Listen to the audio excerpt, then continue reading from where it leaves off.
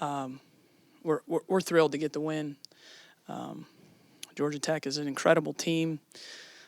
It was just a kind of a grinded out game. We were working really hard defensively to try to just make sure that every look was contested was our goal. They have such a high-powered offense. We knew that would be, a Herculean task to do so. They've got shooters everywhere and really good guard play. And, we're trying to just challenge everything and hope that we could push their efficiency a little bit lower than what's normal for them. And I thought our defense just stood really tall, especially late. Hold 5 points in the fourth quarter. That's really hard to do, what this group achieved. We didn't have a great night offensively. That happens sometimes. Typically on the road, that it's more prevalent that happens. I'm just so proud they stayed in it. They didn't hang their heads, and they just kept fighting. And we got enough buckets late. I thought Alucci was key in the fourth quarter for us, made 3 straight baskets when we were just really in need of someone stepping up to make a play, and she stepped up on those 3 possessions and gave us enough separation. So we'll keep working, but just pleased. This is a great team, and it's a great win for us.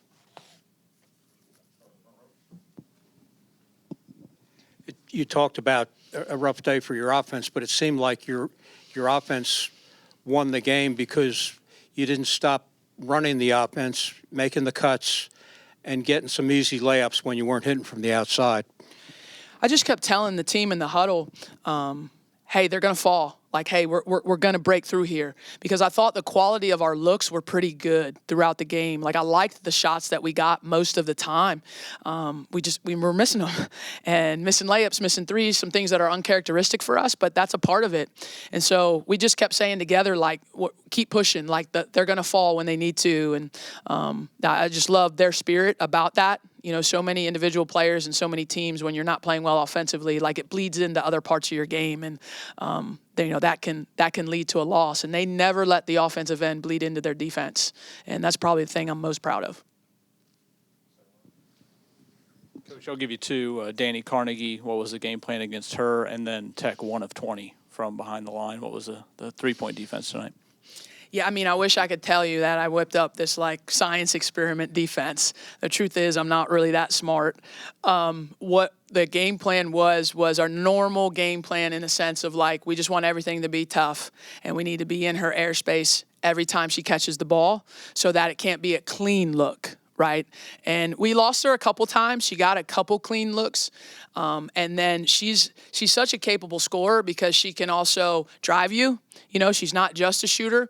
So the one-on-one defense by all of our guards at different points, because we do switch a lot, I thought was pretty good. And, another game, maybe she makes 6 or 7 of those. You know what I mean? She's a really good scorer. So I don't know that we did anything special in that regard. We just wanted to make sure there was a hand every time she took the shot. So, and hope that bothered her and all their shooters a little bit.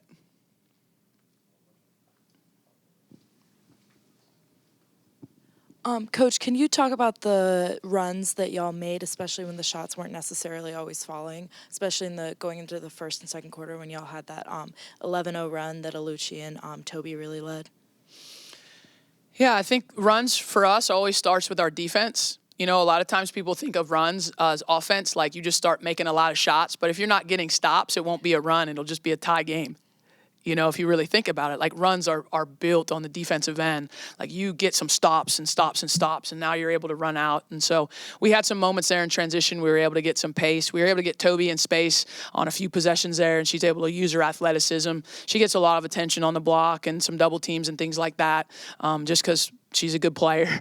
So I thought she got a couple layups just being able to get in space and drive. Question for Alucci. You kind of always come off the bench, a big burst of energy. Your team needed it, kind of, as Coach mentioned, when the shots weren't falling. What kind of was your mindset kind of coming off the bench and going into the game today? I feel as though I entered with the same mindset I always do whenever I come into the game, which is, how can I help my team? And most importantly, can I bring my motor? Because I think that defines me a lot. And really, for this game, just coming in with that energy and with that disruption, I was able to really help my team, which is what I want to do every game.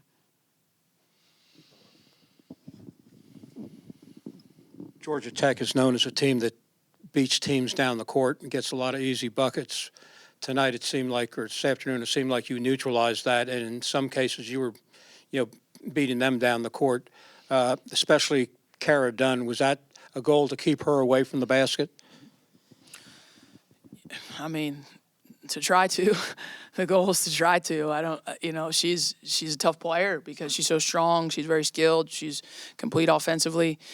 Yes, we do place a priority on our transition defense. We talk about that. That starts our defense. If we can get teams in the half court, we feel like we can do a good job of guarding them, and they're particularly difficult to plan for in transition because they spread the floor and they have shooters, 4 and 5 shooters on the court at any given time, and it takes our players that are picking up the ball, which Alucci and T were the two charged with kind of like picking up the ball and slowing it down a little bit if we could, and then the other wings have to match up early. So we tried to do that.